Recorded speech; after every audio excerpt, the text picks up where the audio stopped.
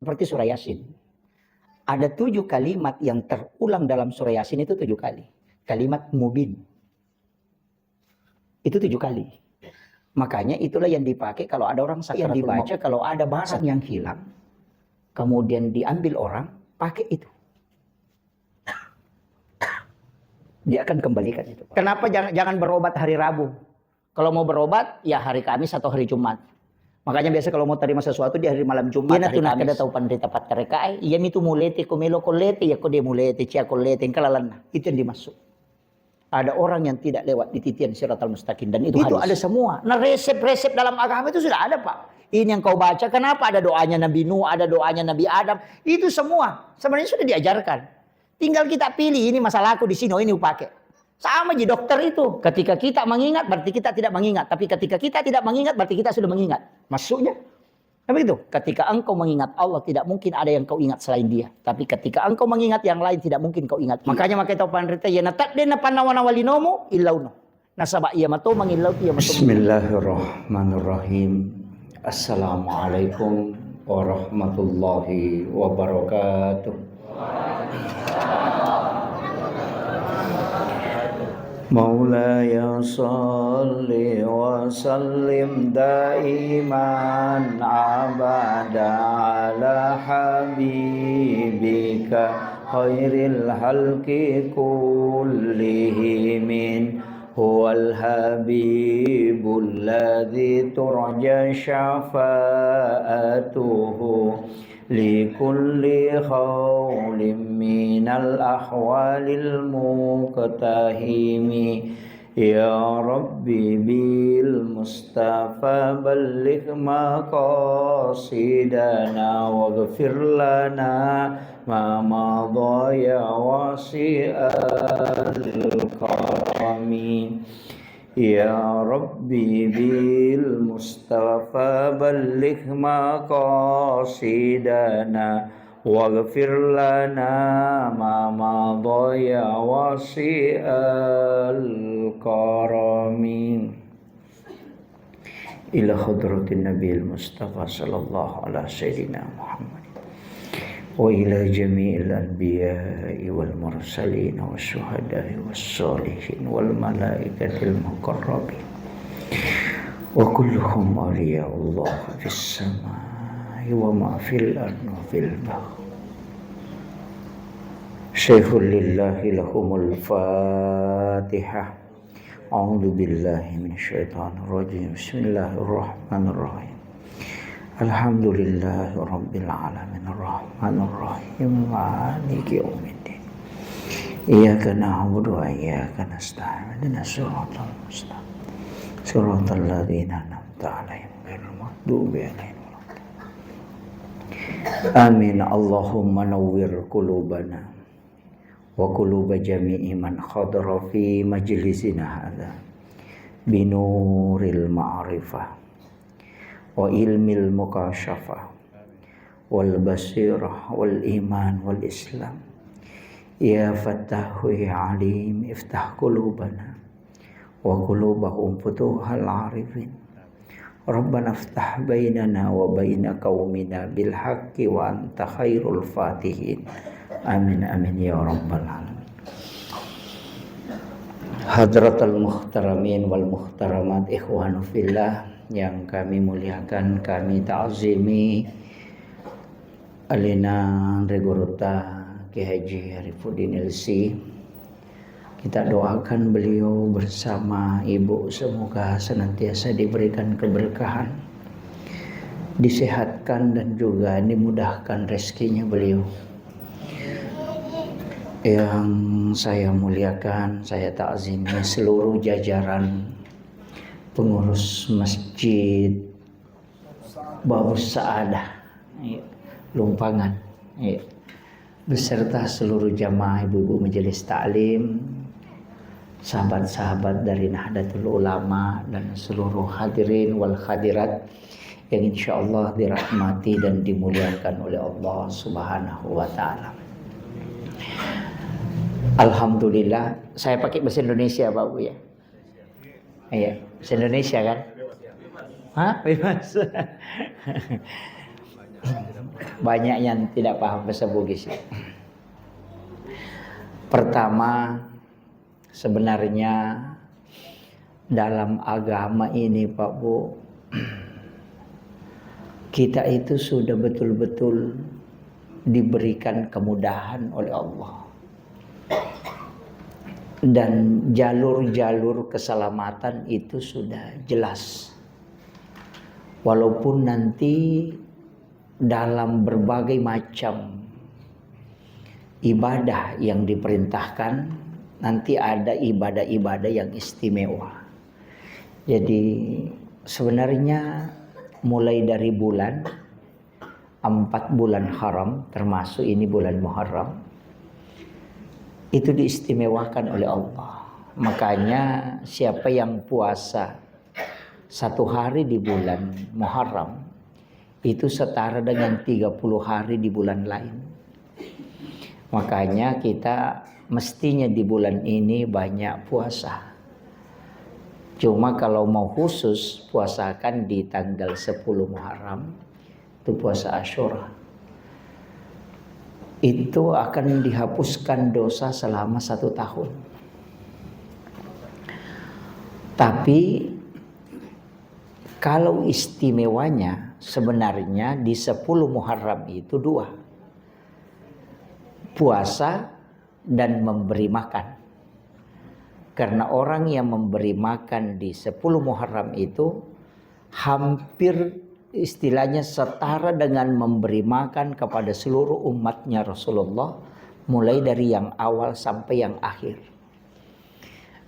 Itulah sehingga ada istilah tradisi bikin bubur. Kan gitu, 10 Muharram. Di Banteng ini jalan Pak Kiai. Iya. Bubur biasanya 7 macam ya. Iya, bubur yang dicampur-campur. Iya, bubur Asyura kan? Iya, masih jalan di Banteng. Masih ada ya, tapi tidak banyak lagi. Itu sebenarnya teknik ulama, ibadah tetap jalan tapi umat tidak dibebani. Ini, tapi sebenarnya tradisi bubur ini itu bukan dari Rasulullah, tapi dari Nabi Nuh. Jadi bukan dari Rasulullah. Karena ketika Nabi Nuh itu naik di perahunya dengan membawa umatnya, itu kan dia kasih naik 7 macam makanan, diperintahkan oleh Allah. Dan setelah air tsunami itu surut, karena ketika bumi tenggelam, makanan itu tinggal sedikit. 7 macam makanan ini tinggal sedikit, sehingga Nabi itu berdoa, ya Allah, makanan yang sedikit ini saya mohon dicukupkan untuk umatku. Maka turunlah perintah mencampur makanan yang 7 macam itu, kemudian dimasak dan diperbanyak airnya. Nah kalau ada makanan dimasak nah banyak airnya, itu jadi bubur. Kenapa 7 macam? Karena memang dia memiliki makanan hanya 7 macam. Itu tafaulnya ke situ. Dan iktibanya di situ. Tapi apa maknanya? Kenapa ulama kita dulu membolehkan itu? Karena bubur itu tidak banyak modalnya. Dan pahala memberi makan di 10 Muharram itu luar biasa. Sehingga tradisi ini tetap dijalankan di masyarakat Islam. Jadi dia mengatakan bikin maki bubur. Sebenarnya yang disuruh bikin bubur itu adalah orang yang tidak mampu. Karena sedikit modalnya. Kalau ada gula merah 2 biji, si kelapa 1, beras ketan setengah liter, 10 orang bisa makan. Tidak banyak modalnya tapi bisa bersedekah. Karena pahalanya di 10 Muharram kalau memberi makan sama dengan memberi makan kepada seluruh umatnya Rasulullah. Makanya diperintahkanlah bikin bubur yang 7 macam itu. Kenapa 7? Tadi karena makanannya kan yang dibawa Nabi Nuh itu tinggal 7 macam. Tapi angka 7 di dalam masyarakat Bugis itu juga punya makna tafaul. Disebut mat 77. Dia berharap mudah-mudahan semua hajatnya itu dikabulkan. Makanya maka nama magi-magi minasanna nama 7. Nah, tapi kalau ditarik dalam angka Islam, justru angka 7 ini istimewa. Karena suratul Fatihah disebut Sab'ul Masani, 7 ayat yang berulang. Ketika orang sujud dalam sholat, itu 7 anggota badan yang tersentuh. 2 kaki, 2 lutut, 2 tangan, 1 kepala. Tawaf itu 7 putaran. Sa'i itu 7 putaran. Dalam 1 pekan itu 7 hari. 7 bulan umurnya anak dalam kandungan itu syukuran. 7 hari kelahiran itu diakikah. Kenapa pakai angka 7? Kalau tidak sempat tambah 7 hari. Kalau masih tidak sempat tambah 7 hari. 7, 14, 21. Perintah berikutnya, 7 tahun umurnya anakmu perintahkan sholat. Kenapa bukan 5 tahun? Kenapa angka 7? 7 tahun umurnya anak masuk sekolah. 7 tahun kemudian masuk SMP. Berarti umurnya 14 tahun. 10 tahun kalau dia tidak sholat pukul. Karena karakter itu terbentuk selama 7 tahun. 21 tahun itu sudah tamat. Nikahkan dia. Di umur 21 sampai 28 anak itu tidak menikah. Maka hilang keinginan menikahnya. Nanti di umur 42 itu baru muncul kembali. Makanya biasanya orang yang sudah menikah pun akan muncul di situ. Nah, ini, ya, saya anukan Pak. Kenapa ulama yang pakai ilmu adadi itu bilangan itu pakai itu. Dan itu disampaikan kalau ada orang bekerja keras, umurnya sudah sampai 42 dan dia tidak berhasil, memang kehidupannya begitu-begitu. Itu sudah ditakdirkan begitu. Makanya kalau ada orang pergi merantau na 43 umurnya ke atas na tidak berhasil, suruh pulang.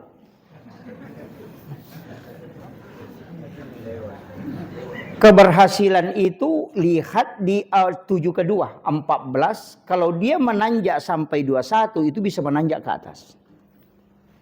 Itu pelajaran. Makanya langit itu 7 susun, tanah juga 7 lapis. Jadi ini kalau kita, tapi saya ndak itu kan, makanya mulai dari zikir ada bilangan 7, ada semua itu Pak. Ada kaitannya semua itu. Itulah angka yang sebenarnya punya makna rahasia yang luar biasa. Tapi kadang kita tidak nukan. Ndak terlalu amati itu, gitu kan itu. Bahkan ada beberapa itu seperti surah Yasin.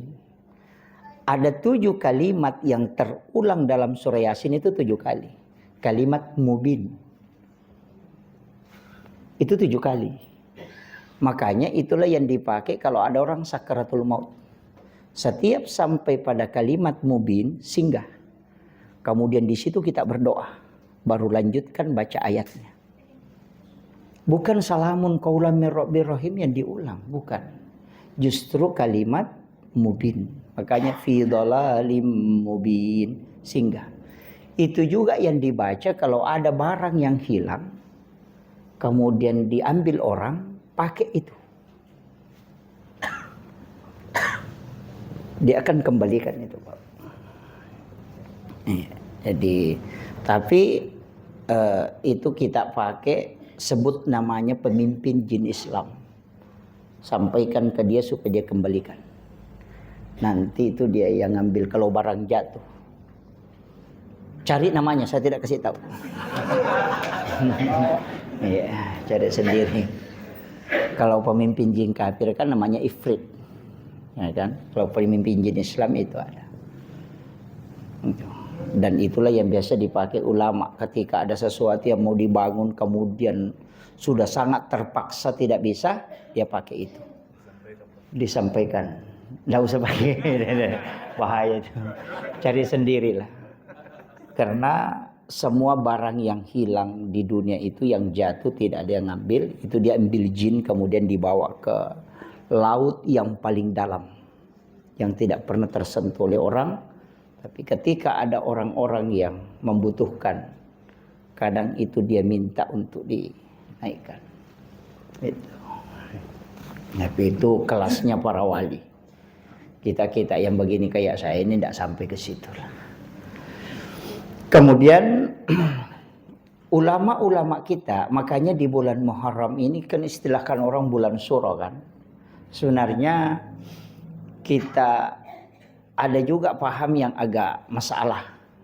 Yang kalau orang Bugis biasa bilang nak kesetau. Saya tidak tahu apakah dipakai di sini. Hari apa dimunculkan Muharram, dia tidak akan melakukan kegiatan di situ. Kosi menikah anaknya tidak.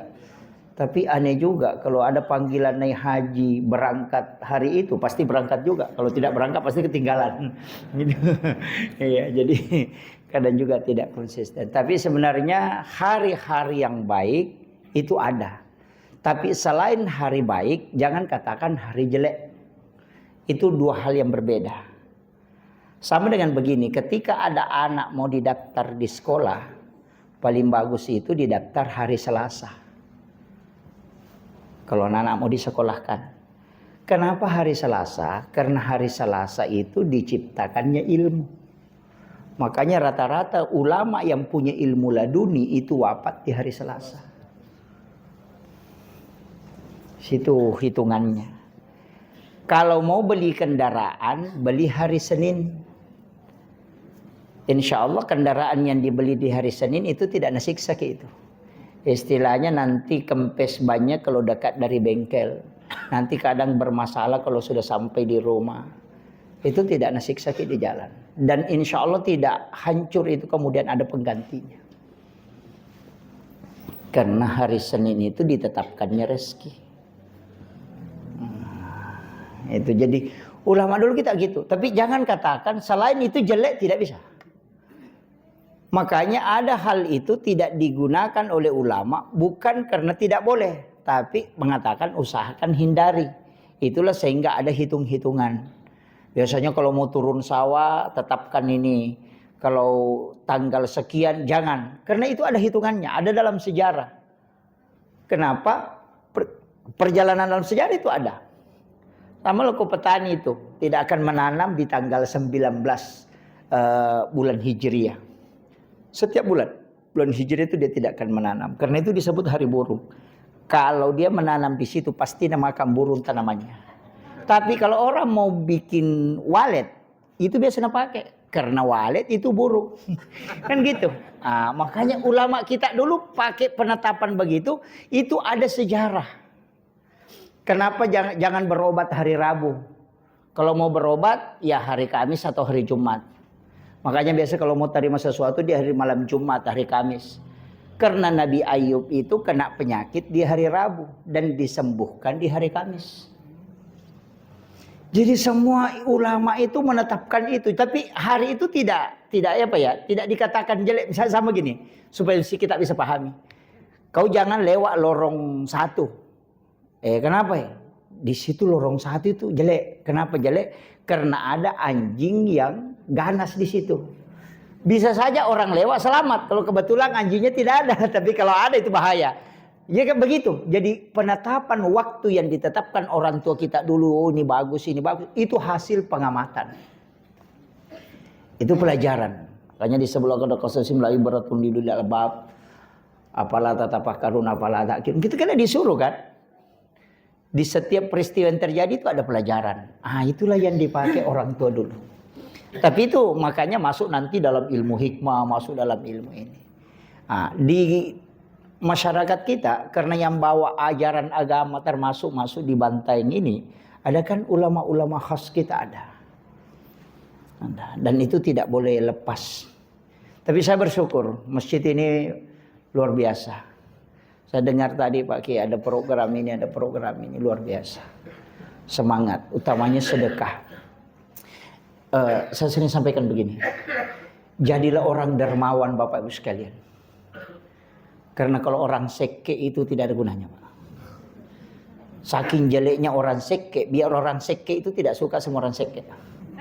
Iya. Ya kan? Onrojane itu tahu seke, namo tahu seke cecetui. Orang kikir itu bilang, kikir si anu, padahal dia lebih kikir. Ya kan? Iya. Dan kalau orang kikir meninggal, tidak ada orang menangis. Yakin itu. Kalau orang kikir meninggal, palingan baku kopi orang. Oh, sudah. Palingan begitu. Dan celakanya kita kalau kita meninggal dan tidak ada orang yang menangisi. Karena sedih. Biasa kita dengar istilah, ada kalimat masyarakat bilang begini. Kalau orang ini tidak masuk surga, banyak orang tidak masuk surga. Biasa dengar kalimat itu kan. Itu dibenarkan dalam agama. Bahwa ahli surga itu ada pada perkataan orang. Makanya dermawan, rajinlah sedekah. Memberi makan ke orang itu barakah luar biasa. Apalagi kalau di masjid, khairul mal ar-rijalun soleh, sebaik-baik harta kita adalah yang digunakan oleh orang soleh. Karena berkahnya lari ke anak-anak kita. Jadi kita memberi makan itu Pak sebenarnya tidak full ke kita. Yang paling utama itu lari ke anak. Orang yang suka memberi makan kepada ulama, lihat. Orang yang suka memberi makan kepada imam, kepada orang-orang soleh, kepada orang-orang ahli ibadah, lihat. Anak-anaknya itu akan dijaga. Akan diberikan keberkahan. Itu janji Allah itu. Makanya kalau ada biasa ustaz, anaknya tidak beres, itu mungkin ustaznya jarang kasih makan orang. Kota amal lewat tidak dikasih singgah. Kadang ustaz kan begitu.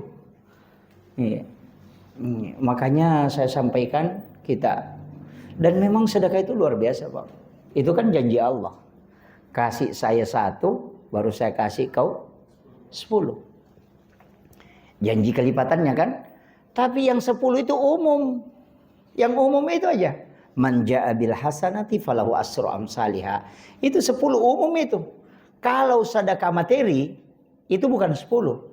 Matsalul ladzina yunfikuna amwalahum fi sabilillahi kamasali habbatin ambatat sab'a sanabila fi kulli sumbulatin mi'atu habbah.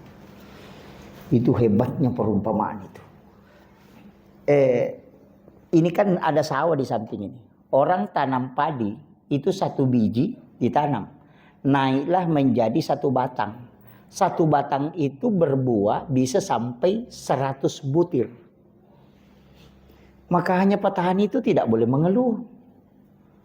Nah bilang sedikit di hasil panen. Berapa memang dia mau kasih turun. Kalau 1 ember mau kasih turun baru dapat kau 10 karung baru bilang kau sedikit. Mana sedikit? Nah 1 ember itu kasih turun ya. Kan begitu. Iya kan? Mestinya disyukuri. Itu perumpamaan. Makanya dia mengatakan matsalul ladzina yunfikuna berarti infak. Kalau dia mengatakan sedekah berarti umum. Jadi sedekah itu tidak bukan uang, enggak. Semua masuk. Tersenyum ke orang itu sedekah kata Nabi. Kan gitu. Jadi kita mudah senyum itu sedekah. Makanya kalau tidak ada uangnya senyum saja. Iya. Iya, betul Pak. Karena orang ketika kita ketemu bahasa yang paling menyambungkan kalbu itu cuma senyum. Ketika kita ketemu orang langsung dia senyum, langsung kone itu. Biasa ada orang bilang, dermawan sekali si anu. Lah pernah kasih benar tidak? Kalau kata mungkin senyum-senyum itu. Kan begitu. Murah senyum. Itu makanya Nabi mengatakan itu sedekah. Kenapa dikatakan sedekah? Sedekah itu sebenarnya Pak Bu, 2 aja fungsinya. Kapan ini 2 hilang, tidak ada gunanya sedekah. 2 aja fungsinya sedekah itu dalam agama. Pertama, menggembirakan orang. Yang kedua, menyambung hubungan silaturahmi. Atau menyambung hubungan batin ke orang. Itu fungsi sedekah. Mendoakan orang disebut sedekah. Karena tersambung batin itu dengan mendoakan. Tersenyum itu sedekah. Karena membuat orang senang. Makanya sedekah yang tidak ada gunanya. 1. Apa? Bukan sedekah riya. Sedekah baru ngomel. Makanya disebut itu tidak ada gunanya. Bahkan mendatangkan dosa. Kalau dikasih, ambil. Wah, minta terus. Itu tidak boleh. Karena menyakiti perasaan, kemudian yang kedua memutus silaturahmi. Makanya disebut itulah sedekah yang tidak ada gunanya. Karena dua fungsinya. Makanya Nabi itu berdoa, berikan pahala kepada orang yang menggembirakan umatku. Maka sedekah ria itu bisa dapat pahala, tapi bukan jalur sedekahnya dapat pahala, tapi jalur menggembirakan umatnya Rasulullah. Itu beda. Jadi jangan katakan sedekah ria itu tidak ada gunanya. Tidak dapat pahala sedekah. Tapi bisa dia dapat pahala menggembirakan orang lain. Makanya Nabi balik itu. Nabi Isa tidak dibalik. Nabi Ibrahim tidak terbalik. Nabi Muhammad minta, ya Rabb, aku minta doa yang bersedekah dibalik. Yang berdoa yang menerima. Yang memberi itu tidak. Kenapa dibalik Rasulullah? Kenapa Nabi meminta dianukan? Dulu itu kalau umatnya Nabi Isa bersedekah, berdoa. Umatnya Nabi Musa sedekah, berdoa. Nabi Ibrahim berdoa. Tapi Rasulullah minta yang menerima yang berdoa. Karena kalau yang memberi ada potensinya bisa ria. Nah orang ria tidak diterima doanya. Tapi ketika yang menerima sedekah berdoa, tidak mungkin dia ria. Ini coba. Adakah orang terima sedekah ria? Tidak ada. Yang bisa ria itu yang memberi. Makanya potensinya doanya tidak diijabah itu besar. Tapi ketika yang menerima itu berdoa, maka potensi diterimanya besar. Karena tidak mungkin dia ria dan pasti hatinya senang. Orang yang hatinya senang itu doanya cepat. Yana tu nak kada topan rita oge ilau ko riwat tu menyamangnya. Itu ada 4 makna, tapi saya tidak bahas itu. Ya. Ya. Itu kuncinya. Makanya luar biasa sebenarnya agama ini, Pak. Jalur-jalurnya itu luar biasa. Makanya saya bilang bersedekahlah. Cuma memang sedekah ini bertingkat-tingkat, Pak. Ada namanya sedekah rahasia, ada sedekah ikhlas, ada sedekah yang memang plong kita. Kalau sedekah yang biasa-biasa itu yang karena Allah tanpa nama, kan gitu biasa gitu. Di atasnya sedikit, jangan tahu berapa kita sedekahkan. Masukkan saja uang di saku, ketika celengan lewat ambil 1 lembar 2 lembar, jangan lihat uang berapa. Itu kan hadis qudsi. Ketika Allah mengatakan, ketika hambaku memberikan kepadaku dia tidak menghitungnya, maka aku pun akan membalasnya dengan tidak menghitungnya pula. Itu istimewa Pak itu. Di atasnya itu ada lagi sedekah rahasia. Bukan bilang lagi sedekah ikhlas, tapi disebut sedekah rahasia. Caranya kalau ada orang minta sedekah, jangan kita yang kasih, suruh langsung dia yang ngambil. Ya.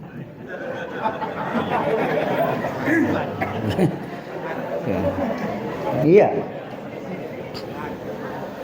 Jadi kalau ada orang minta sumbangan, kasih tahu itu kunci tempat uangku ada di sana. Masuk aja ambil. Kenapa? Ulama mengatakan selama kau masih menganggap uang itu berharga, maka pasti berat engkau bersedekah. Tapi ketika kau menganggap itu tidak ada nilainya, maka diambil sebanyak apapun tidak akan mempengaruhi hati. Ulama Tariqah mengatakan uang itu disimpan di dalam saku, jangan masukkan ke dalam hati. Ketika di saku maka mudah tangan masuk mengambilnya dan hatimu tidak akan terganggu. Tapi ketika uang masuk ke dalam hati, pasti ada perasaan ketika engkau mengeluarkannya. Itu dalam Tariqah. Tapi itu berat itu. Tapi yang paling tinggi itu tadi yang saya sebutkan di DDI. Orang yang bersedekah tidak tahu siapa yang disedekahi, dan yang disedekahi tidak tahu siapa yang mensedekahi. Apa kata Nabi? Ada di antara umatku nanti baru digiring ke mahsyar, Allah sudah menyuruh malaikat menjemputnya, dibawa ke ila rafiqil a'la, dari rafiqil a'la kemudian dimasukkan ke dalam surga. 4 tahap dia tidak lewati. Tidak ke mahsyar, tidak ditimbang amalnya, tidak melewati titian siratal mustaqim. Jadi ia tunah kada tahu pandrita pattarekai, ia mitu mulete komelo kolete ya kode mulete cia kolete kalalan. Itu yang dimaksud. Ada orang yang tidak lewat di titian siratal mustaqim dan itu hadis. Sahabat bertanya, siapa mereka ya Rasulullah? Rasulullah mengatakan, mereka yang bersedekah yang tidak tahu siapa yang disedekahi. Dan yang disedekahi pun tidak tahu siapa yang mensedekahi. Dulu sahabat Nabi karena susah, bagaimana caranya dilakukan? Dia jam 2 malam, sesudah sholat tahajud, pergi ke pinggir jalan yang tempat gelap gulita, tunggu orang lewat baru disedekahi. Dia tidak tahu mukanya, tidak pernah ketemu, tidak tahu sama sekali. Tapi sekarang lebih mudah. Lebih mudah sekarang. Kenapa lebih mudah? Santren ada. Tinggal telepon pimpinannya. Adakah anak yatim di situ sekolah? Adakah fakir miskin? Kalau ada, berapa pembayarannya 1 bulan? Saya mengatakan 500.000. Tidak usah kasih tahu saya namanya, tidak usah kasih ketemu saya, dan tidak usah tahu siapa saya. Tolong kirimkan nomor rekening pondok, saya mau transferkan untuk bayarkan pembayarannya anak itu setiap bulan. Anak ini menghafal di pondok, belajar di pondok. Ketika dia berhasil, kita tidak pernah tahu bahwa kita dulu yang membantunya ketika dia sekolah. Anak itu ketemu dengan kita, dia pun tidak tahu bahwa kita dulu yang membantunya. Itulah yang dimaksud, yang bersedekah tidak tahu, yang disedekahi tidak tahu. Karena kalau ditahu itu yang dikasih, nah berhasil apa kita bilang? Coba lihat. Nah, gara-gara saya itu, nah coba. Barakak nana sepas sedekah aku itu gede melecin. Itu sudah. Atau karena anak itu tidak memperhatikan kita.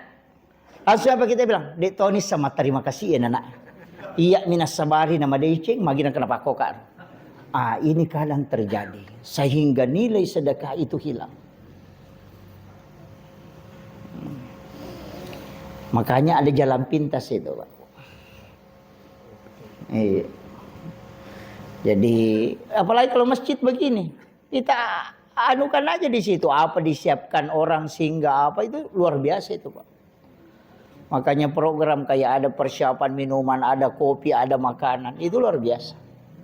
Makanan itu kalau dimakan orang 40 hari 40 malam baru habis dalam perut. Itu sudah diteliti dokter bahwa sel darah itu, makanan yang ada di sel darah itu memang 40 hari baru habis. Kalau ada yang kita makan. Makanya disebut orang yang makan makanan haram 40 hari 40 malam ibadahnya tertolak. Itu. Karena memang dalam darah itu begitu.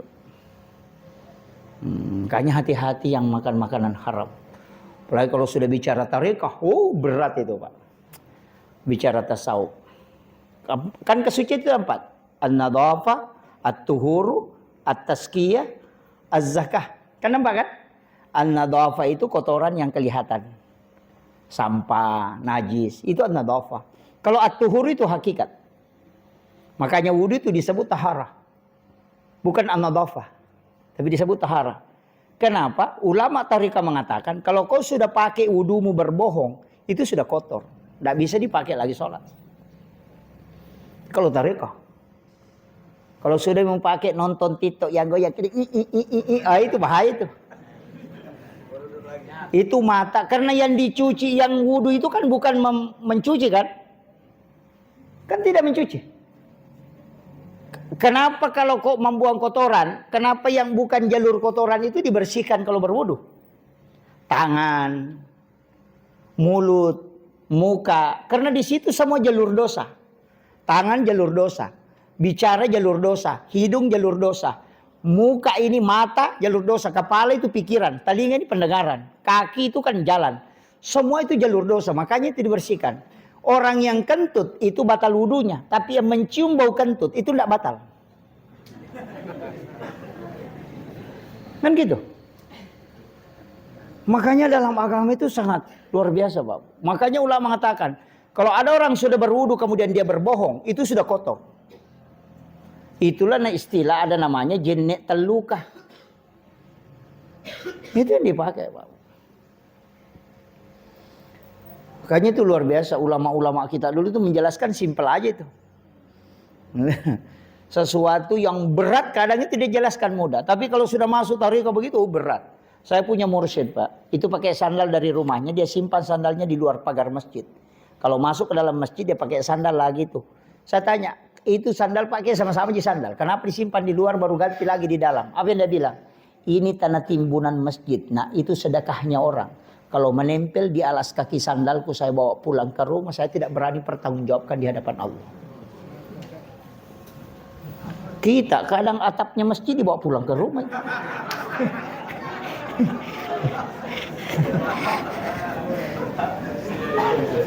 Itu kan luar biasa, Pak.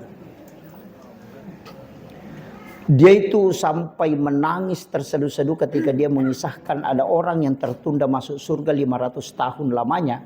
Itu gara-gara di pelapa kurma. Ketika dia pergi makan unta di rumah sahabatnya, kemudian ada daging terselip di giginya. Dia pulang lewat di kebunnya orang, kemudian dia singgah petik di pelapa kurma, kemudian dia tusukkan ke giginya.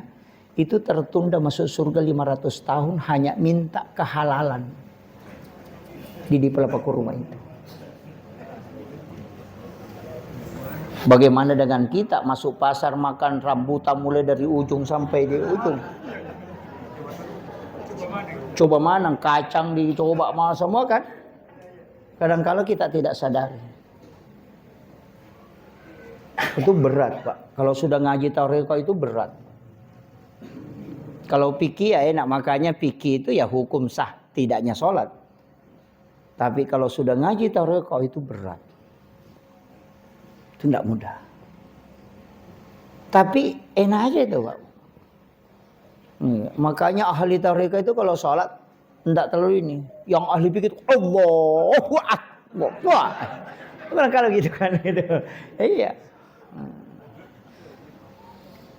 Karena di tarekat dikatakan iman itu Allah yang kasih. Mengingat dia juga yang kasih. Jadi dia yang mau mengingat dia, bukan kamu. Makanya jangan bangga dengan ibadah. Oh saya sudah sholat ahli. Enggak. Kau tidak mungkin berdiri sholat kalau Allah tidak kasih keimanan. Makanya tidak boleh takabur. Allah merindukan orang yang datang menghinakan diri karena dosanya dibanding orang yang datang penuh dengan kebanggaan karena ibadahnya. Karena ketika kau datang dengan bangga dengan ibadahmu berarti kesombongan yang kau bawa menghadap. Tapi ketika kau menghinakan diri karena maksiat yang kau lakukan berarti kau datang karena menghinakan diri di hadapan Allah. Itu kuncinya. Makanya, tapi dalam agama ini mesti ada ibadah kita yang rahasia lah, ada. Zikir mesti ada yang tidak kita hitung. Jangan dihitung semua lah. Ada ibadah yang malaikat tidak bisa catat. Bagus itu, Pak. Bikin ibadah yang malaikat pusing itu. Mutar-mutar tidak bisa tercatat. Ada ibadah itu yang malaikat capek mencatatnya. Tapi ada ibadah yang malaikat tidak bisa catat. Sampai pusing malaikat itu. Bang sudah bilang, ya Rob, kau yang ngurus dia, saya tidak bisa. Ibadah mana? Orang Bugis bilang, iya deh, nalepa kengilil yang tidak dicoret oleh pena. Ibadah apa itu? Lafaz lidah tidak pernah keluar. Air mata menetes, tapi kolbu dekat dengan Allah. Mengingat semua kesalahan tanpa ada kata-kata, tapi dia merasa hina di hadapan Allah. Itu yang disebut dengan tafakkur. Tidak ada lafaz, tapi orang yang melakukan itu kata Nabi, 1 jam saja, itu lebih mulia daripada sholat sunnah 1000 rakaat. Jangan semua ibadah tercatat, Pak. Cari ibadah yang tidak tercatat. Makanya tafakkur itu adalah ibadah paling tinggi. Makanya hati-hati kalau ada orang tua masuk masjid cuma sandar-sandar begini. Kadang kayak orang tidur. Itu hati-hati. Kadang orang itu dekat sekali dengan Allah. Jangan katakan masuk lagi tidur aja itu. Baru kita yang sholat Allahu Akbar. Tidak. Kau sholat 1000 rakaat tidak bisa mengalahkan ibadahnya. Kenapa ada ibadah begitu, Pak? Karena tidak semua orang, Nabi sudah tahu, tidak semua umatku itu tahu zikir. Maka bagi yang tidak tahu zikir begitu, pakai ibadah kalbu. Itu kuncinya. Makanya saya bilang betapa mudahnya kita dalam Islam ini, Pak. Kalau kita masuk neraka kelewatan betul. Apalagi yang saya suka sedekah ini kalau masuk neraka kelewatan betul itu. Nah, iya. Nah, apalagi sumbang-sumbang ke masjid itu kelewatan itu, Pak. Saya itu kalaupun masuk transit ya tidak masalah lah. Iya kan? Iya. Dan Nabi katakan, saya pegang betul itu Pak. Kenapa kita ini dalam Islam ini yang penting sudah Islam, bersyukur betul. Bagaimanapun masalah ekonomi yang kita hadapi. Bagaimanapun masalah kehidupan yang kita hadapi. Kalau ibu-ibu yang suaminya sering marah-marah, sabar saja. Karena Rasulullah mengatakan, sebesar apapun masalah yang kau hadapi di dunia, satu kali saja Allah masukkan kau ke dalam surga dan satu kali celupan kemudian dia angkat. Kemudian dia tanya, para malaikat bertanya, apakah kau pernah mengalami kehidupan yang susah di dunia? Apa kata mereka? Tidak pernah. Saking nikmatnya hanya sekali celupan di dalam surga. Makanya disebut nikmat yang paling besar adalah nikmat iman. Kan itu. Yang penting kau beriman, kata Nabi. Sudah. Itu aja kuncinya. Makanya yang punya masalah-masalah kehidupan ini itu kecil aja itu Pak. Sekali kita dicelupkan dalam surga itu sudah hilang semua itu. Iya. Karena dalam kehidupan kan pasti ada masalah kan Bu? Tidak mungkin tidak ada masalah. Yang ada suaminya kadang bermasalah dengan suami, suaminya baik sabar, anaknya lagi yang nakal. Anaknya tidak nakal, suaminya tidak nakal, mertua yang bikin Pak Doca. Iya, mertua aman, suami aman, anak aman, tetangga lagi yang bikin masalah. Pasti ada. Karena kehidupan itu begitu, tidak mungkin tidak ada masalahnya. Jadi kalau mau tidak ada masalah ya jangan hidup, itu aja. Dan begitulah cara Allah memanggil kita. Makanya saya sering sampaikan, banyak-banyaklah bersedekah, banyak-banyak menolak bala. Karena yang bisa merubah takdir itu kan bala. Yang bisa merubah bala itu takdir itu kan doa. Yang kedua adalah sedekah. Makanya disebut sedekah itu bisa merubah. Kedermawanan itu bisa merubah murka Allah. Kalau Allah murka itu bisa Allah sayang. Dan kalau mau jadi orang baik Pak, dermawan.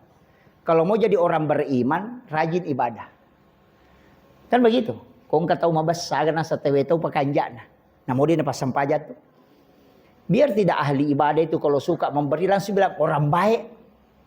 10 tahun jadi preman.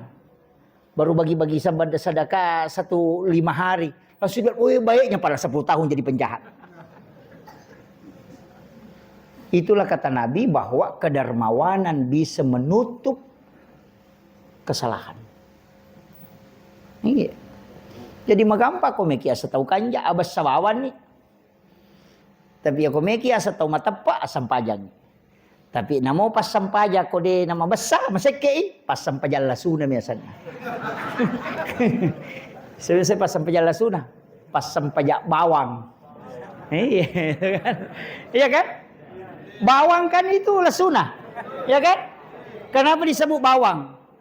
Bawang itu kan tidak ada isinya Pak. Semua kulit.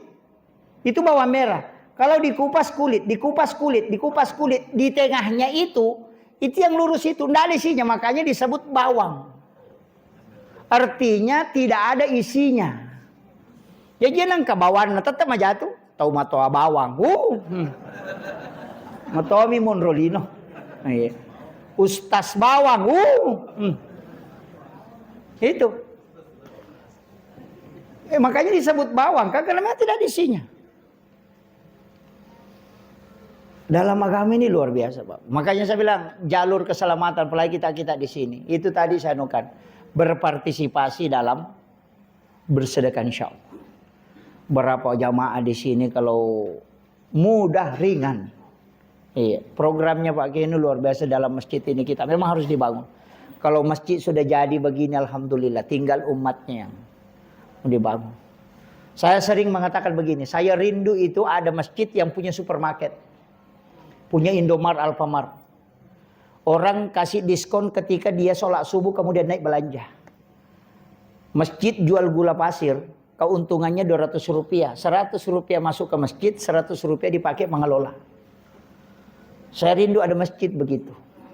Yang kemudian masjid, saldo masjid dicari orang fakir miskin kemudian dikasih bantuan. Misalnya kalau dia buka bengkel, kasih di situ. Dia buka usaha bengkel, keuntungannya baru dia cicil, pindahkan lagi. Itu masjid menghidupi masyarakat. Jadi orang bersedekah di masjid itu tidak sedekah di masjid. Dia cuma belanja, dia sudah sedekah ke masjid. Itu luar biasa Pak. Tapi harus dikelola dengan baik. Karena orang Bugis itu ada kekurangannya. Dia gagak akun siam madeceng. Iya. Iya. Kayak masjid kita ini lantai 2 kalau tidak ditempati jadikan supermarket di atas. Ini kan saldo masjid banyak kan? Bangun menara tinggi-tinggi sampai 500 juta. Baru yang dibawa menara tidak pergi sholat. Iya. Karena memang itu persoalan hidayah Pak. Bukan jauhnya didengar. Cuma kenapa ulama kita bilang bangun menara? Karena dia bilang supaya bangunan rumah yang di dekat masjid itu tidak lebih tinggi daripada masjid.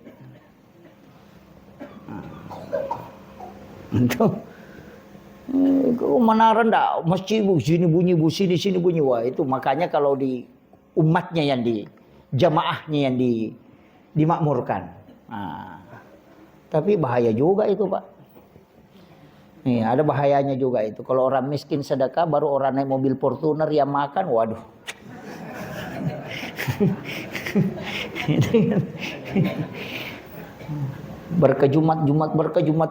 Berkah. Yang kumpul-kumpul uang itu orang miskin. Kalinya dibagikan di jalanan, naik mobil Fortuner yang ngambil. Orang miskin sedekahi orang kaya, kayak itu. Dan itu sudah tanda kiamat Pak. Disebutkan itu. Ketika orang miskin yang membantu orang kaya. Sekarang terjadi kan? Kalau orang panen padi pakai mobil, yang punya mobil itu orang kaya atau orang miskin? Orang kaya. Yang bertani itu orang miskin. Jadi yang gaji orang kaya siapa? Orang miskin. Dulu kan tidak. Waktunya pakai deros kan? Iya orang miskin yang datang. Dan didoakan. Kalau sudah padinya sudah mau berbuah. Mudah-mudahan selamat ini padinya. Orang miskin yang berdoa itu. Ya Allah mudah-mudahan selamat. Supaya ada kami juga rezekinya nanti kalau sudah pergi panen itu bantu dia panen. Itu doanya orang miskin tembus ke langit. Kalau sekarang orang miskin bilang apa? Enaknya orang kaya mau lagi panen. Tidak ada doanya lagi orang miskin yang tembus ke langit. Kecuali kita bayar zakat. Makanya bapak-bapak bersyukurlah kalau di Banteng ini ada orang miskin. Banyak orang miskin. Ada orang miskin sini ya? Alhamdulillah bersyukur. Karena itulah yang menyebabkan orang kaya tidak masuk neraka. Kalau dalam tarekat itu kan itu dibahas. Bahwa sebenarnya yang menyelamatkan orang kaya itu adalah orang miskin. Karena orang miskin kalau tidak menerima zakat dia tidak berdosa. Tapi kalau orang kaya tidak keluar zakatnya maka dia akan masuk neraka.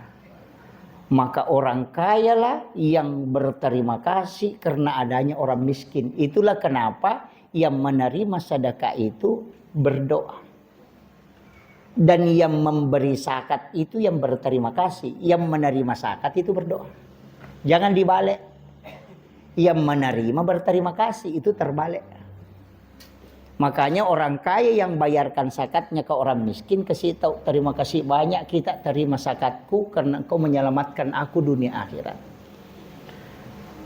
Orang miskin itu berdoa. Jangan sebaliknya. Orang yang terima zakat berterima kasih. Itu dalam agama itu. Karena kalau orang miskin tidak terima kita punya zakat, itu tidak berdosa dia. Tidak, kalau dia bilang saya tidak mau terima itu. Kayak bahasanya Umar bin Abdul Aziz. Orang mau kasih zakat, enggak. Saya juga mau berzakat ini. Stres itu.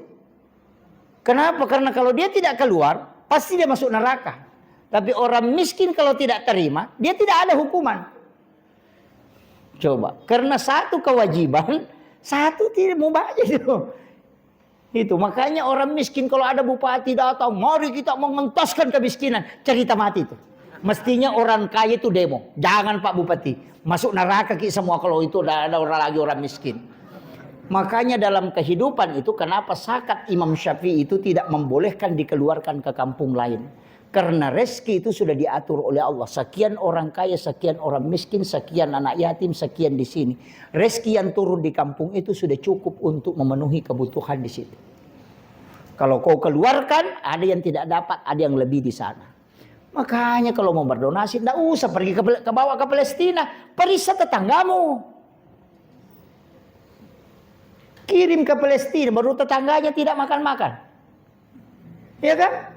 Ini yang banyak. Nah kita tidak ditanya nanti ke Palestina. Yang ditanya itu tetanggamu nanti. Kau kasih makan apa, kau bantu apa dia. Itu 40 rumah ke kiri, ke kanan, ke depan, ke belakang. Memang aneh sekarang, Pak. Pergi rekreasi ke Malaysia padahal tetangganya tidak pernah baku ngomong. Iya. Bahkan tidak baku kenal. Apalagi kalau tinggal di BTN, namanya saja BTN, bangunan tidak normal.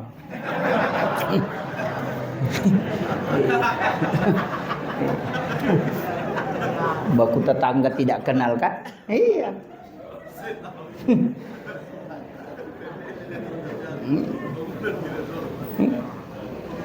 Ini kan kadang, Pak. Makanya ini kita dienukan. Saya sama dengan orang yang ini pagi ini pengurus travel ini. Saya itu kadang kasih tahu orang yang berbolak-balik umrah itu, nggak usah lah, cukup 1 tahun kau 1 kali berangkat. Yang 2-3 kali berangkat dalam 1 tahun cukup sekali lah. Uang yang kau mau daftarkan umrah itu coba cari pesantren, cari masjid yang tidak ada sumur bornya, kau kasih bantuan ke situ. Ada pondok pesantren mau bangun rumah tahfiz, bangun di situ. 30 juta uang itu bisa 1 ruangan. Anak-anak di situ menghafal, tidur, mengajar, itu kita dapat pahala terus. Kalau pahala umrah itu dapat berangkat umrah dapat pahala, mentok, mati tidak akan ada tambahan. Tapi kalau amal jari jalan terus. Itu kuncinya. Kita kan kadang itu tidak cerdas dalam ibadah, Pak. Makanya ulama kita dulu hitung-hitung. Oh, ini ibadah yang paling banyak pahalanya. Dia kejar itu kan. Itu. Makanya cerdas dalam ibadah. Iya. Sama dengan masjid. Oh, ini bagaimana caranya supaya dapat pahala banyak. Oh iya, sedekah untuk supaya bagi-bagi Jumat berkah, subuh berkah, minuman. Kalau orang minum 40 hari 40 malam tidak habis. Dapat itu. Itu jadi tolak bala itu, Pak. Ya, kalau rezeki susah, perbaiki sedekah, insyaallah. Kalau hati sempit, perbaiki zikir. Kalau hidupmu agak berat, sholawat kau perbanyak. Kalau rezekimu agak susah, maka istighfarmu kau perbanyak. Itu aja kuncinya. Kalau susah kau mengurus sesuatu, selalu ada hambatan, baca haukalah. La haula wala quwata illa billah. Kalau anak-anakmu susah dapat pekerjaan, susah apa? Surah Al-Insyirah. Jangan kurang 100 dalam sehari. Minta berkahnya. Akan dibukakan pintu-pintu kemudahan. Itu ada semua. Nah, resep-resep dalam agama itu sudah ada, Pak. Ini yang kau baca. Kenapa ada doanya Nabi Nuh, ada doanya Nabi Adam. Itu semua sebenarnya sudah diajarkan. Tinggal kita pilih, ini masalahku di sini, oh ini pakai. Sama di dokter itu. Orang sakit kepala dikasih obat ini, sakit ini kasih obat ini. Ada semua dalam agama, cuma tidak boleh kelewatan. Fatihah baca 1000, oh, itu berat itu. Sama orang makan obat sakit kepala 1 papan. Nah, makanya perlu bertarekah. Tarekah itu adalah memberikan hitungan. Oh, baca sekian kali. Iya, baca 100 jangan lebih. Nanti ada baca sekian kali. Kenapa? Itu dibatasi supaya tidak jadi penyakit. Kecuali 3, baca Quran, kau baca berapa juz tidak akan gila. Sholawat, kau baca berapa banyak tidak akan gila. Istighfar, kau baca berapa banyak tidak akan gila. Tapi kalau Asmaul Husna, Ya Hayyu Ya Qayyum, kau baca 10.000 kali, itu mata itu tidak bisa tidur. Makanya banyak orang bertasawuf itu gila karena tidak pakai guru. Sama dia makan obat tidak pakai resep dokter. Itu kuncinya, makanya disuruh bertarekah. Makanya ngaji aja, Pak. Pokoknya belajar aja terus. Banyak juga sekarang itu pendapat-pendapat suka menyalahkan orang. Amalan-amalan orang tua kita dulu suka disalahkan. Kenapa? Karena mereka belum sampai bacaannya ke situ. Itu yang saya sampaikan. Ulama kita dulu itu luar biasa. Orang tua kita itu amaliyahnya tidak lepas dari bimbingan ulama dulu. Yang mengajar dulu itu wali. Wali itu biasa tidak tinggi sekolahnya, tapi kalbunya dekat dengan Allah. Makanya kalau ada yang disampaikan itu doanya mudah. Banyak orang-orang kampung itu, Pak, tidak ada sekolahnya, kelihatan bodoh, tapi dia tidak pernah berbohong. Makanya tembus ketika dia berdoa. Karena lidahnya tidak pernah dia pakai berbohong. Saya pernah tanya ke Kiai, guru kami, Pak Kiai, apa amalannya supaya bisa doa diterima oleh Allah? Satu saja penyampaiannya, jangan pakai lidahmu berbohong, itu yang kau pakai minta kepada Allah. Kita bukan pakai berbohong memang. Lain lagi kalau tasawuf yang disebut bohong kan? Karena ada dalam tasawuf itu kalau bohong kalbu. Begitu. Makanya ulama tarekat itu berat. Tapi ya mudahkan. Saya bilang ibadah saja Pak. Yang penting kita sudah sholat. Syukur sekali. Kalau ada orang bilang begini-begini, persoalan belakang itu. Ikut saja berjamaah. Kalau sudah ikut berjamaah, ruku imam ikutnya ruku. Kalau cepat imam ikuti saja. Nanti kalau di hari kemudian ditanya kenapa cepat, kasih tahu imam yang cepat. Kau tanya dia. Iya, imam kan diangkat untuk diikuti. Dan dia cepat ya, saya ikuti dia. Tanya dia bagaimana. Karena saya cari hadis pakai, tidak ada hadis, tidak pernah saya dapatkan hadis Nabi menegur orang yang sholatnya cepat. Yang ditegur itu yang lambat. Kecuali memang ada hadis itu orang yang sholat tidak ada tumak ninanya, bukan karena cepat ya, tapi tidak ada tumak ninanya, itu akan dilemparkan ke mukanya. Nah, jadi kalau ada imam itu Pak ya jangan lambat lah. Ya, kalau jadi imam ya sholatnya cepat. Tapi kalau sholat sendiri baru dikasih lama. Biarkan kita nikmati berdua-duaan dengan Allah. Kalau dalam sujud yang nikmat di situ kasih lama sujudnya. Ya, tapi kalau jadi imam jangan sekali-kali. Karena yang jadi makmum itu apalagi kalau masjid pinggir jalan begini, ada orang sakit, perlu ada orang yang pergi bayar utang, ada orang ada masalahnya ya. Kan gitu. Apalagi kalau orang singgah. Makanya sholat itu kalau kita buka di fikih, ada bilang baca 3 kali. Ada yang bilang baca yang penting ganjil. Bisa sampai 7 kali. Subhana rabbiyal azim wa bihamdi subhana rabbiyal azim. Kalau nikmat baca sampai 7 kali. Sujud enggak apa-apa lama-lama. Itu dipakai kalau sholat sendiri. Kalau imam jangan coba-coba. Kan gitu. Iya kan? Iya. Tapi nikmati sholat itu. Jangan jadikan beban. Berdua-duaan dengan Allah. Pokoknya kalau ada diminta sholat. Kenapa ada namanya sholat istihara? Ada sholat sunat taubat. Ada sholat wudhu. Ada sholat sunat tahiyatul masjid. Nah sama-sama aja takbirnya. Sama-sama juga bacaannya toh. Rukuknya juga sama. Jumlah rakaatnya juga sama. Apanya yang beda? Cuma niat. Berarti sholat ini adalah doa. Itulah ada kalimat. Okukuilalan pak dongang ngemil doang. Artinya di dalam sholat kau berdoa. Oh itu tidak tertolak itu. Bahkan ada di Tariqah itu mengatakan wa isa sa'alaka ibadi anni fa inni qaribu ujibu da'watad da'i iza da'an. Kenapa di situ didobol? Ujibu da'watad da'i, saya terima doanya orang yang berdoa iza da'an. Jadi ada doa di dalam doa. Mana yang dimasuk? Salat itu doa, maka mintalah di dalam salat. Itu namanya berdoa di dalam doa. Nah, maka dia tahu pandrita ya kok pak dongang ngemil dong. Tidak tertolak. Karena satu-satunya ibadah yang bicara langsung itu cuma sholat.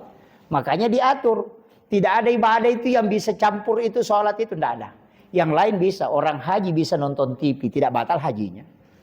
Tapi kalau orang sholat nonton TV pasti batal. Iya kan? Orang puasa bicara tidak batal puasanya. Tapi orang sholat bicara pasti batal. Makanya satu-satunya ibadah yang tidak bisa dicampur itu cuma sholat. Karena kita yang bicara langsung sama Allah. Makanya kalau bicara minta ki. Jangan nanti assalamualaikum warahmatullahi baru minta. Terlambat ki bos. Malaikat bilang kau bicara tadi. Kenapa baru minta? Nah sudah ditutup telepon baru minta. Berarti saya yang catat. Kalau saya catat mohon maaf hari Kamis baru saya lapor. Kan begitu. Karena malaikat melapor itu kan 2 kali. Senin dengan Kamis. Makanya Nabi meminta kita puasa di 2 hari itu. Kalau kita berdoa hari Selasa, malaikat catat. Pasti malaikat bilang, sabar, belum pi Kamis. Kan begitu. Makanya kalau mau cepat, ya sholat kau. Baru di sholat kau minta. Tidak, saya tidak urus. Tapi kau yang berurusan langsung dengan Tuhan. Itulah kenapa sholat itu dijadikan sebagai alat untuk meminta langsung. Kenapa ada sholat sunat wudhu dan sudah ada doa wudhu? Kenapa ada sholat sunat musafir dan sudah ada doa musafir? Karena kalau doa menunggu lama baru dilapor. Kalau sholat kita langsung melapor. Itu kuncinya. Sama orang menelpon toh. Sama menelpon sama Pak Bupati. Halo Pak Bupati, assalamualaikum. Bagaimana? Sehat-sehat, alhamdulillah. Di mana posisi Pak Bupati ini? Sudah, matikan assalamualaikum. Baru bilang, kita mau mintaan. Kenapa enggak minta tadi? Makanya ulama mengatakan sebelum salam minta memang. Karena kalau sudah salam ditutup. Makanya dari situlah semua ibadah itu pasti ada sholatnya.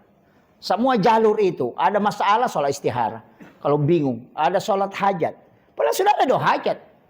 Doa musafir sudah ada. Kenapa sholat sunat musafir? Taubat sudah ada. Sayyidul istighfar dibaca. Tapi kenapa ada sholat sunat taubat? Karena kalau doa masih menunggu. Kalau sholat langsung. Makanya itulah yang diminta Nabi. Kasih saya alat dan umatku yang bisa bicara langsung tanpa perantara. Maka diberikanlah perintah sholat. Itu aja kuncinya. Makanya sholat ya Pak. Itu aja. Kalau ada masalah sholat. Jangan cari bilang. Makanya kalau masuk masjid ada mau diminta. Sholat sunat ki. Di dalam sholat sunat sujud terakhir itu minta ki di situ. Jangan dilapaskan, cukup dalam hati. Berdua-duaan dengan Allah. Karena di situ paling dekat. Ketika kita sujud. Semua diri kita sudah hilang. Yang ada hanya dia. Maka minta di saat itu. Yana tunah kada angkai nade de inangka. Itu kuncinya. Itu aja nanya Pak. Maka dah kaya waktu na maringerat tahu. Nari kau dia na maringerat kan? Kaya sa peringeran. Ya kau dia na to maringerat. Maringeran ni. Ya kau maringerannya berarti dia patu maringeran. Ketika kita mengingat berarti kita tidak mengingat. Tapi ketika kita tidak mengingat berarti kita sudah mengingat. Maksudnya. Tapi itu, ketika engkau mengingat Allah tidak mungkin ada yang kau ingat selain dia. Tapi ketika engkau mengingat yang lain tidak mungkin kau ingat dia. Tidak mungkin menyatu itu Pak. Makanya tahu panrita ya natat de na pannawana walinomo illauno. Nasaba ia mato mangillau tu ia mato millau. Itu aja kuncinya. Tareka begitu simpel aja tuh Pak. Kalau itu dipakai orang tua kita dulu pakai itu. Kalau dia pakai ruhu ilallah. Tapi kalau dia pakai Nurul Muhammad beda. Kalau dia pakai Nurul Muhammad itu duduk. Dia tutup mata, dia buka mata batin. Kemudian dia melihat masuk ke nurnya Rasulullah. Kemudian dia salami Nabi. Ketika dia sudah masuk melebur dalam cahayanya Nur Muhammad, dia mengatakan madad ya Rasulullah. Baru dia minta. Yana tunah kadako ka ilala cahayana Nabi temengilau. Itu yang dipakai ulama dulu. Mau menanam padi pakai itu tutup mata. Ketika dia letakkan di situ sudah. Orang masukkan ke dalam lahan. Bismillahi ala millah ti Rasulullah. Ketika engkau tembus dengan nurnya Muhammad. Letakkan. Baru sebutkan dalam hati. Madad ya Rasulullah. Pertolonganmu ya Rasulullah. Yana tunah kadako pandita. Ukuilala cahayana Nabi Muhammad mutar. Itu kuncinya. Sama kalau masuk masjid. Jangan duduk kalau bukan Rasulullah yang menjemput. Itu kalimat-kalimat seperti itu berat kalau dipahami secara syariat. Tapi kalau hakikat sebentar aja itu Pak. Nah gitu. Oh ini sudah 5:30 ini. Ini lagi. Wah mana macet dah. Ini sudah jamaah. Ini sudah 1 jam lebih ini. Jadi saya sederhana aja Pak dalam hidup. Jadi agama ini sebenarnya tidak berat. Kita sudah dibukakan semua pintu-pintu kemudahan. Rasulullah berusaha. Makanya Nabi itu meninggal dalam keadaan betul-betul dia mengatakan umatku sudah. Agama ini sudah sempurna. Mulai dari jalur di mana kita bisa masuk neraka. Nabi sudah belum. Kan itu aja kuncinya. Luar biasa Pak. Agama ini luar biasa. Diberikan betul kemudahan. Makanya saya bilang tadi kalau kita sudah sujud bersyukurlah. Jangan menunggu khusyuk. Tidak ada orang bisa khusyuk betul itu Pak. Mengaji saja tidak ada gerakan itu masih salah. Apalagi kalau sholat sudah 3 ada gerakan, ada baca, ada ingatan. Tidak mungkin bisa. Diperbaiki bacaan dilupa berapa rakaat. Diingat rakaatnya hilang bacaannya. Ya pasti. Tidak bisa. Karena memang mengatakan akimis sholata li zikri. Dia tidak mengatakan akimis sholata li askura. Mengatakan li zikri berbolak-balik. Kalau li askura tidak keluar. Kan begitu. Iya kalau sudah lupa masuk lagi. Kayak naik motor kalau belok kasih lurus lagi. Itulah khusyuk. Itu berbolak-baliknya kita itulah khusyuk. Sudah yang penting dikerjakan. Nikmat besar itu kalau sujud-sujud di hadapan Allah karena Allah kita ibadah. Allah tahu nani sepong Allah Ta'ala maka seko meto tepat ala cundek ke ini ndak usah. Nah dia juga yang kasih kita kayak mana. Cuma memang kita harus maksimal dalam melakukannya. Iya, ndak usah dia nukan Pak. Nah tahu Allah begini memang sudah. Kan dia juga yang kasih kan. Itu simpel aja itu Pak. Jadi kalau kita ini jalan dalam kehidupan, jangan usah dipaksakan. Harus masya Allah, jangan usah. Memang ada hadis baca berwudu, jangan sampai air wudu itu masih kering, bagus kalau basah. Kemudian berzikir masuk, kemudian sebelum itu baca ta'awuz 3 kali, kemudian meludah ke kiri. Bukan meludah bilang, enggak. Itu menghembuskan supaya jin yang mengganggu itu pergi. Kemudian syahadat, kemudian baca Allah, koneksikan memang kalbu. Ketika berdiri, Allah sudah sambung memang. Kalau main HP dulu, enggak bisa. Iya. Jadi itu makanya kuncinya di situ. Ada waktunya kita ibadah nikmat betul. Tidak mau menangis kita, tapi kita menangis. Itu karena ruh terbuka. Nikmati itu. Tapi kadang kita mau menangis tidak bisa menangis. Tidak usah khawatir. Yang penting kita sudah sujud. Itu aja kuncinya. Ada waktunya itu Pak. Nikmat betul kita ibadah karena dibukakan. Ketika ruh bertemu dengan bapaknya, ababar ruh, maka dia pasti menangis. Karena itu dari dalam. Air mata itu yang bisa memadamkan api neraka. Nah, ini kuncinya. Itu. Makanya yang paling enak itu jadi makmum Pak. Kalau imam itu berat. Makanya saya itu tidak pernah mau jadi imam. Paling enak itu jadi makmum. Nah, makanya kalau masuk masjid berdiri di sini, oh ini istimewa ini yang 7 orang. Tapi jangan coba-coba kalau tidak tahu apa-apa. Nanti imamnya salah bilang saja apa di sebelah kanan sabul yamin, baru ashabus shimal. Yang sebelah kanan itu, sebelah kanan imam itu yang pertama dihisab. Baru ke kiri. Tapi jangan juga isi semua di sini baru kosong sebelah kiri. Atau dia kali Pak Imam dibawa ke sudut di sana. Ya kan? Jadi itu fadilah begitu Pak. Saya kira ini yang penting saya wasiatkan. Perbanyak ibadah. Dan usahakan ada ibadah rahasia. Seperti itu tadi. Ketika ada sedekah yang tidak ada yang tahu. Ketika kita dapat masalah. Pakai itu. Kasih tahu. Ya Allah pernah saya lakukan begini. Tidak ada yang saya harapkan kecuali berkah rahmat. Ya Allah. Ini ibadah rahasia. Engkau dengan aku yang mengetahui itu ya Rabb. Aku minta berkah ibadah ini, lepaskan aku dari masalah ini. Namanya bertawassul dengan amal soleh. Kalau orang sudah angkat tangan, saya sudah terus terang Pak ini tahadus bin nikmat. Saya sering menghadapi masalah ketika pergi cerem, kadang karena tinggalan pesawat, kadang ini ada saja jalannya. Iya, saya bilang memang itu istilahnya ulama kita harus ada ibadah pemungkas itu. Ada zikir tidak usah dihitung. Sholawat tidak usah dihitung. Hantam saja. Kecuali wirid ya. Sedekah-sedekah itu yang rutin kayak begini. Ada donatur bulanan. Itu tetap harus ada. Tidak boleh tidak ada itu. Karena kenapa? Istiqomah. Supaya malaikat itu mendoakan setiap bulan. Karena kalau bayar sekaligus 1 tahun. Malaikat berdoa cuma 1 kali. Baru dia bilang kita istirahat. Tahun depan lagi baru didoakan. Ya, makanya kenapa sedekah subuh itu istimewa. Karena didoakan setiap subuh. Nah, jangan bayar sekaligus, jangan. Biarkan malaikat capek. Masuk sholat duhur, isi lagi celengan. Malaikat lagi berdoa, asar, kasih lagi. Itu malaikat sampai jengkel itu. Ini orang ini yang bikin siksa saya. Karena malaikat itu terbatas juga. Kemampuannya kan. Makanya Nabi kan mengatakan ada malaikat itu sampai mengeluh di hadapan Allah. Ya Rabb, belum selesai aku catat ini, masih dia beribadah lagi. Kan begitu, karena malaikat juga makhluk mukallaf. Kan gitu, makanya Nabi itu selalu mengajarkan ke kita. Dan kita itu butuh doa malaikat Pak. Penutup ini. Ini resonansi malaikat itu kalau di masjid itu luar biasa Pak. Kenapa masjid itu membuat kita mudah ngantuk. Hari Jumat mudah ngantuk. Mengaji mudah ngantuk. Zikir mudah ngantuk. Karena itu resonansi malaikat. Jangan katakan itu syaitan. Orang yang sudah berwudu, syaitan itu susah mendekat. Ketika orang baca Quran, syaitan itu susah mendekat. Tapi kenapa kita ngantuk? Itu karena resonansi malaikat. Karena malaikat rahmat itu berkumpul sehingga hati kita teduh. Itulah menyebabkan kita mudah tidur. Itu bukan syaitan. Makanya syaitan itu nanti protes juga itu Pak. Kita selalu bilang, setan lagi. Bilang setan tidak aku ganggu. Kasihan saya sih. Masih saya disalahkan kan? Iya. Saya pernah ngaji tuh Pak.